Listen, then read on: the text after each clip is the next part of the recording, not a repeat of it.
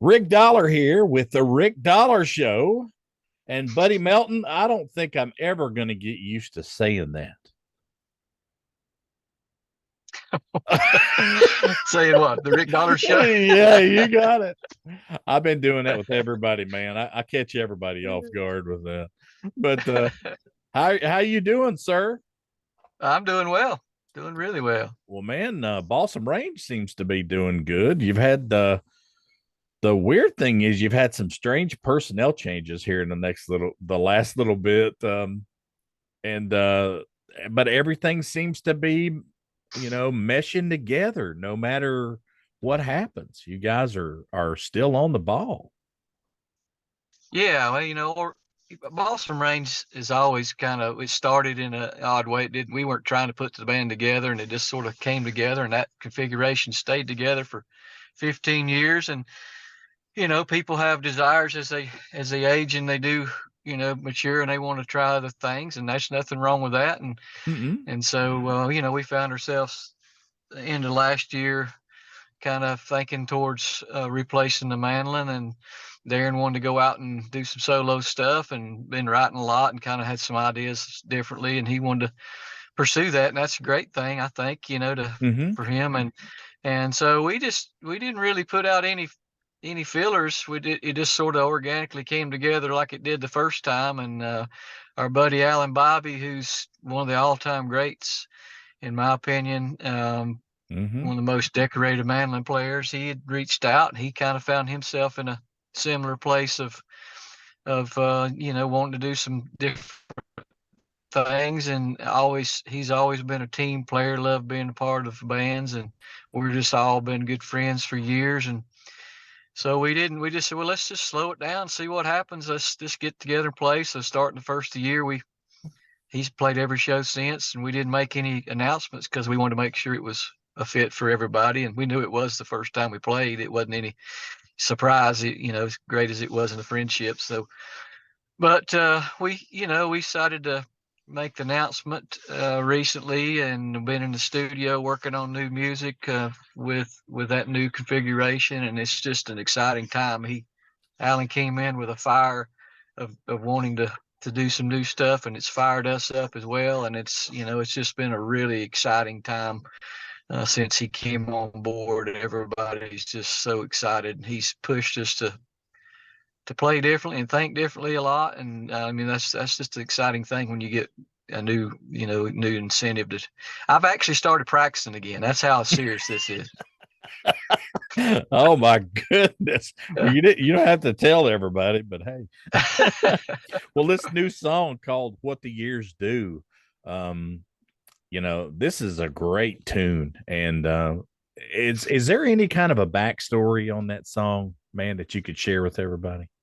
Well, just the backstory is I've been a huge fan of that song for many years. Some good friends of mine, Adam Wright and Shannon Wright, Mm-hmm. wrote that song. And Adam Wright, is an incredible songwriter. Both of them are incredible songwriters. And Mm-hmm. I heard that song, gosh, years back.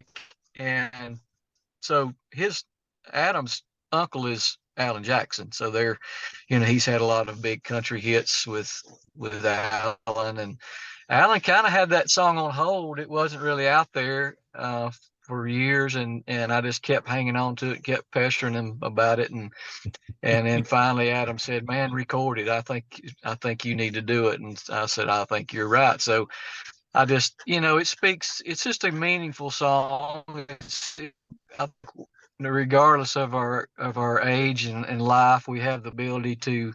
That song has the ability to recognize that there's different chapters of life we find ourselves in, from when we're single to when we're married and kids and all the things that happen along.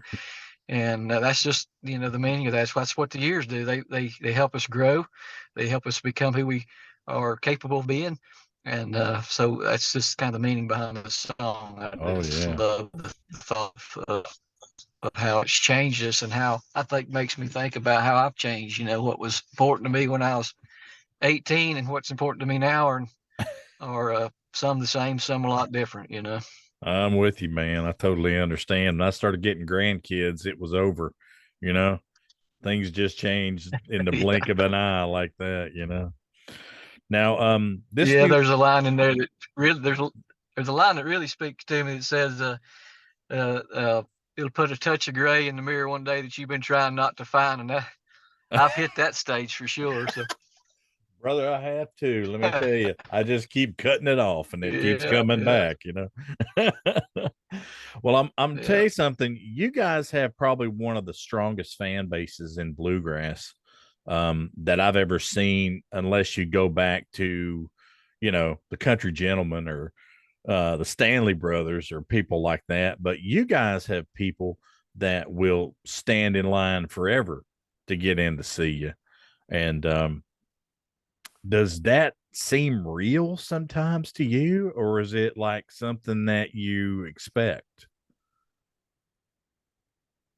Well, we certainly don't expect it. It is it's hard to fathom at times. You know, we do what we do because we love doing it. We didn't intend to try to make this what it is. It just sort of came together as it should have, and our fan base is, the bluegrass fan base particularly are just they become family in a lot of ways. And we've over 15 years of staying together and being with those fans have seen us go through lots of things, and have been there with us. And so it's just an honor to have that kind of fan base, and we feel just as strongly about them as they do us, hopefully. And just honored to have that kind of fan base. Like I say, a career.